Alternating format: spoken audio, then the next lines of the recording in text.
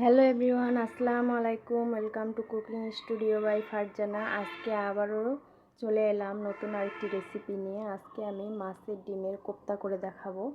তো তার জন্য আমি এখানে মাছের ডিম নিচ্ছি, এটা দিয়ে কোপ্তা করব। তো চলুন শুরু করা।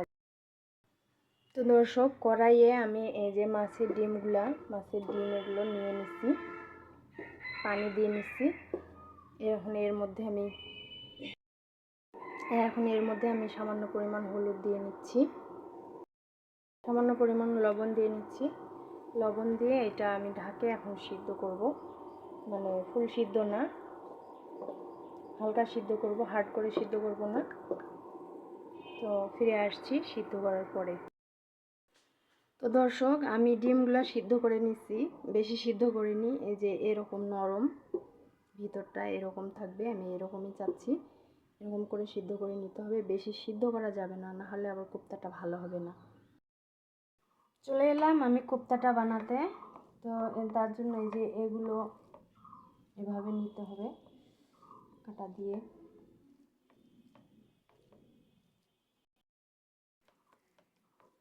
মাছের ডিমটা কিন্তু গরম আছে, নাড়তে একটু হচ্ছে, আপনারা ঠান্ডা করে তারপরে এটা নাড়বেন।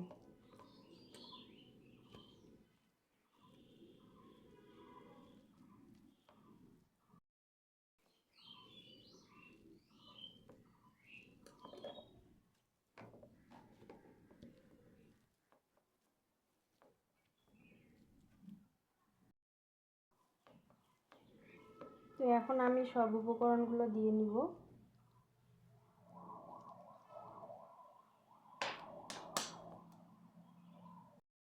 লবণটা আমি বুঝে দিব।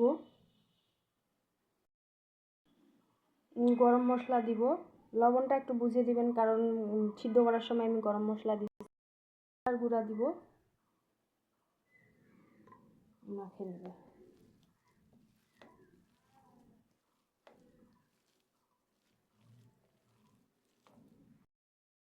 এখন কোপ্তা আকার করে নিব।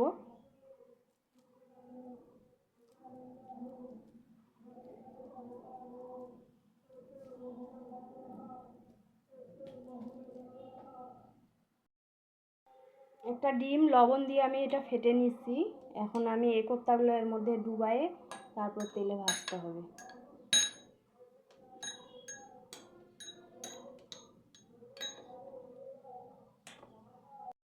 কোপ্তাগুলো আমি ডিমে চুবিয়ে নিয়েছি, এখন আমি তেলে ছেড়ে দিব।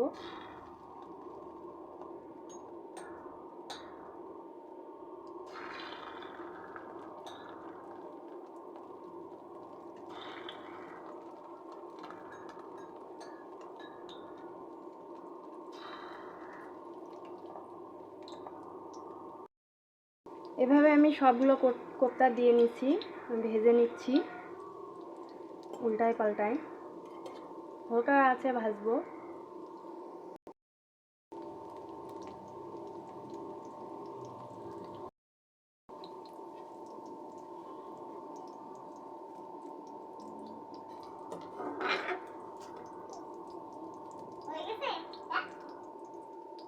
এই যে দর্শক, সুন্দর করে আমার ভাজা হয়ে গেছে, এই যে নরম, হার্ড করে ভাজিনি আমি।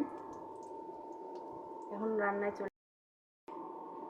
চলে এলাম রান্নায়। আমি একটু গরম মশলা দিয়ে নিচ্ছি,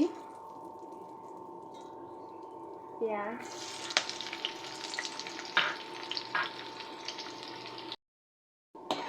পেঁয়াজটা এরকম থাকা অবস্থায় আমি এর মধ্যে সব মশলা দিয়ে নিব। আদা রসুন বাটা, মরিচ গুঁড়া, জিরা গুঁড়া, তারপরে দিব ধনিয়া গুঁড়া, এর মধ্যে দিব আমি লবণ। সব উপকরণ মাখিয়ে নিব।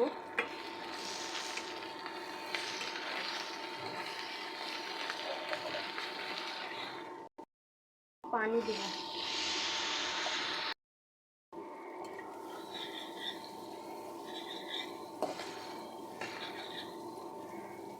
মশলাটা ভুনে নিতে হবে। এটা মশলাটা যত ভালো ভুনা হবে বা কষানো হবে, আমরা জানি তরকারির স্বাদ তত বৃদ্ধি পায়। তো আমার মশলাটা কষানো হয়ে গেছে, এর মধ্যে আমি পানি অ্যাড করে নিচ্ছি। কোপ্তাটাতে বেশি পানি লাগে, কারণ পানিটা শুষে নেয়, এই জন্য আমি পানিটা দিয়ে নিচ্ছি।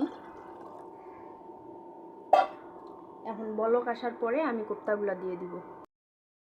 বলক চলে আসছে, আমি এখন কোপ্তাগুলো দিয়ে দিব, দিয়ে ঢাকা দিয়ে দিব। সব এখন আমি দিয়ে নিচ্ছি যে গরম মশলাটা, তারপরে মরিচ, কাঁচা মরিচ। 5 মিনিট দমে রাখবো। টেস্টটাকে ব্যালেন্স করার জন্য সামান্য একটু চিনি দিচ্ছি। তো দর্শক, তৈরি হয়ে গেল আমার মাছের ডিমের কোপ্তা। খেতে অসাধারণ, বাসায় অবশ্যই ট্রাই করবেন। আজকে এ পর্যন্তই। ভালো থাকবেন, সুস্থ থাকবেন। আল্লাহ হাফেজ।